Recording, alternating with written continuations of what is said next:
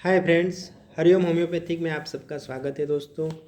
फिर से एक बेहतरीन टॉपिक मुंह के छाले को लेके आपके समक्ष मैं हाजिर हुआ हूँ। मेरा एक रिसेंटली केस था, परसिस्टेंट केस था, जिसमें पेशेंट को मुंह में छाले पड़ जाते थे। इससे पहले मैं अपना केस डिस्कस करूँ, थोड़ा इन्फॉर्मेशन दे देता हूँ कि मुंह के छाले क्यों पड़ते हैं। ज़्यादातर केसेस में विटामिन का पॉजिटिव फैक्टर आता है, विटामिन कमी होती है, ब्लड रिलेटेड कमी होती है। सेकेंडरी पॉजिटिव फैक्टर है कि आपका constipation, latrine related problem, latrine में सही नहीं होना और सही नहीं होना, लेट्रिन हार्ड होना, ये सब पॉजिटिव फैक्टर है। थर्ड पॉजिटिव फैक्टर जियाट्रिक इन्फेक्शन, उसमें गैस्ट्रो इंटेस्टिनल रिफ्लेक्स होते हैं दोस्तों, जिसे गर्ड कहते हैं। और गर्ड की वजह से भी रिफ्लेक्स में खट्टी डकारें आती है, खट्टी पलटी निकलती है, उल्टी निकलती है, और उसकी वजह से जो एसिड उसमें होता है वो रिस्पॉन्सिबल होता है और क्रैक हो जाते हैं गले के अगले हिस्से में। तो ये सब पॉजिटिव फैक्टर है दोस्तों। अब परसिस्टेंट केसेस मैंने बहुत देखे जिसमें मुंह में छाले ज़्यादातर पड़ते हैं। ये भी केस एक मेरा ऐसा ही था। ये पेशेंट आया था और 30 के आसपास का एज का पेशेंट था। उसका जो बिजनेस, मतलब उसका जॉब था, ये सेल्समैन जॉब्स था, मार्केटिंग रिलेटेड जॉब्स था। उनका खाने पीने का मतलब कोई ठिकाना नहीं होता सेल्समैनशिप में, ये मार्केटिंग में। और सेकेंडरी कॉन्स्टिपेशन उनका हिस्ट्री था।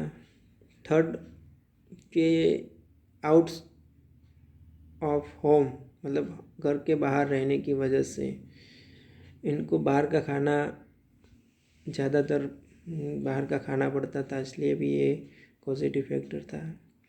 उनको मुंह में छाले करीबन 5 से 6 साल से हो रहे थे।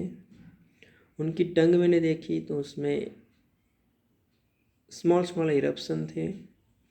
मैप्ड टंग थी, मतलब उसमें नक्शा ऐसे जिगजैग वाली टंग थी, और परसिस्टेंट वैसे ही रहती थी। पेशेंट की हैबिट थी ट्री ड्रिंकर, ज़्यादातर चाय पीना उनका हैबिट था। बाहर का नाश्ता खाना भी एक उनका हैबिट था, क्योंकि ये जॉब रिलेटेड होता है तो दोस्तों हर बार घर की चीज़ें नहीं मिलती। बाहर रहते हैं तो पानी कम पिया जाता है, बाहर रहते हैं तो बाहर का खाना पड़ता है, होटल का खाना पड़ता है। तो ये सब उसका पॉजिटिव फैक्टर था। ये सब मुझे इम्पोर्टेंट नहीं लगा क्योंकि परसिस्टेंट पॉजिटिव फैक्टर था। हाइट बॉडी थोड़ा ज़्यादा था पेशेंट का। मैंने बेहतरीन केस टेकिंग के लिए थोड़ा क्वेरी किया तो मुझे पता चला कि वो चलते फिरते हैं या ज़्यादा घूमते हैं तो थक जाते हैं। उनके बैक पेन कभी कभार होता है और काफ मसल्स में पेन होता है रात को, ये सब मुझे पता चला। इसके साथ साथ एसोसिएशन सिम्टम्स यूरिन फ्रीक्वेंसी थी दोस्तों, पेशाब बार बार आ रहा था। उनको ये नॉर्मल लग रहा था, पर ये भी परसिस्टेंट कंप्लेन थी करीबन 6-7 से। तो मुझे ये क्रोनिक केस लगा, सो मैंने उनको एक्यूट मेडिसिन ना देके थोड़ी क्वेरी ज़्यादा की और मैंने उनको पूछा उनका कॉन्स्टिट्यूशन मेडिसिन के बारे में। बाद में मुझे उनका कॉन्स्टिट्यूशन मेडिसिन में समझ आया।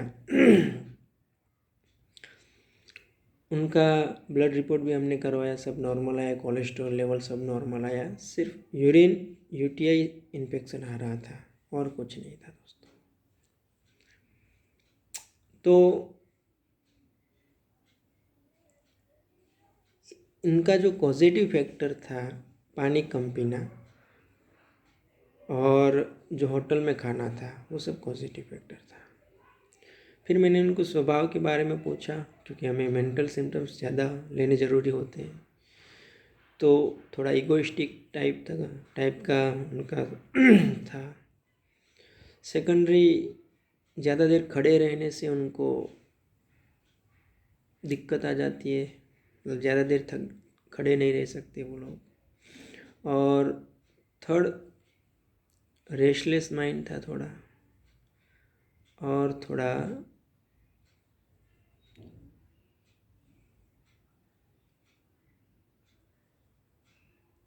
आई एम समथिंग माइंड था। सल्फर की फिलोसॉफी सब सेट हो रही थी उसमें, और मुझे लगा कि प्राइमरी सोरा is the positive factor for this person, and उसकी वजह से ये सब हो रहा है, बाकी कोई दिक्कत नहीं है। तो मैंने उनको सल्फ़र का डोज 1 ml में दे दिया 3 दिन के लिए, और SL 21 डे के लिए दे दिया।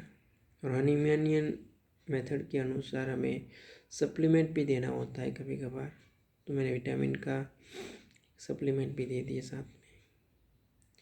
तो 20 दिन के बाद जब पेशेंट आया तो उनका यूरिनरी ट्रैक इन्फेक्शन बिल्कुल ख़त्म हो गया था दोस्तों। यूरिन का जो बार बार जाना था वो बिल्कुल ख़त्म हो गया था दोस्तों।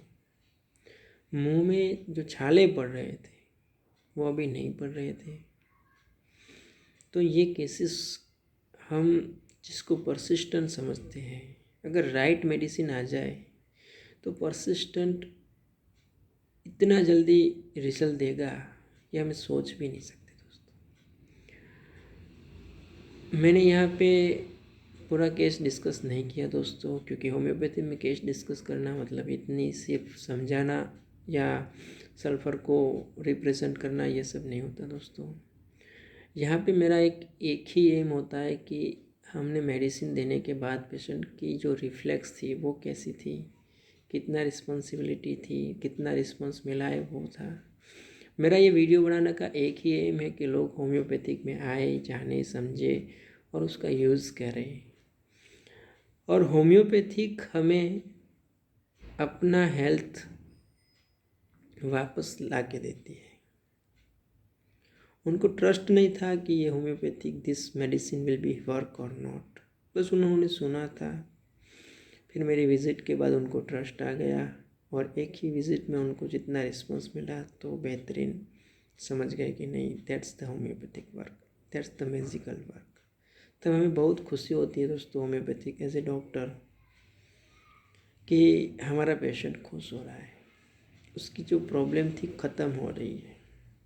मैंने बहुत से सारे केसेस क्योर किए दोस्तों, और ये केस में पॉसिबल हुआ तो वो पेशेंट से ठीक हो जाने के बाद पूरा केस उनसे लूँगा, और उनको हमारे होम्योपैथिक के बारे में कुछ लफ्ज़ कहने के लिए बोलूँगा। तभी विश्वास होता है कि कभी कभी ऐसे भी पेशेंट होते हैं, ऐसे भी पर्सन होते हैं जिनको डॉक्टर की बातों पे ट्रस्ट नहीं होता है। अगर जो पेशेंट सामने से बोले तो उनको ट्रस्ट ज़्यादा आता है दोस्तों। तो दिस इज ऐसी भी मेंटालिटी होती है। कोई बात नहीं दोस्तों, फिर से बहुत सारे केसेस मैंने सॉल्व किए हैं, तो उनको कभी कभार जो टाइम मिलेगा तो मैं अपलोड करता रहूँगा दोस्तों। वैसे मुझे ये अपलोड करना वो सब पसंद नहीं है ज़्यादातर, पर कभी कभार मुझे ऐसा लगता है कि हमें होम्योपैथिक अवेयरनेस करनी चाहिए, इसलिए मैं केसेस डिस्कस करता हूँ। और ऐसे ऐसे केसेस है जहाँ पे पेशेंट को ऐसा होता है कि ये कभी ठीक ही नहीं होगा, वैसे वैसे पेशेंट भी ठीक हो जाते हैं दोस्तों।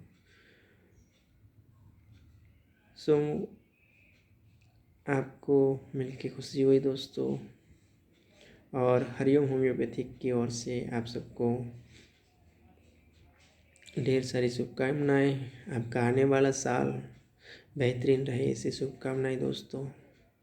Thanks a lot.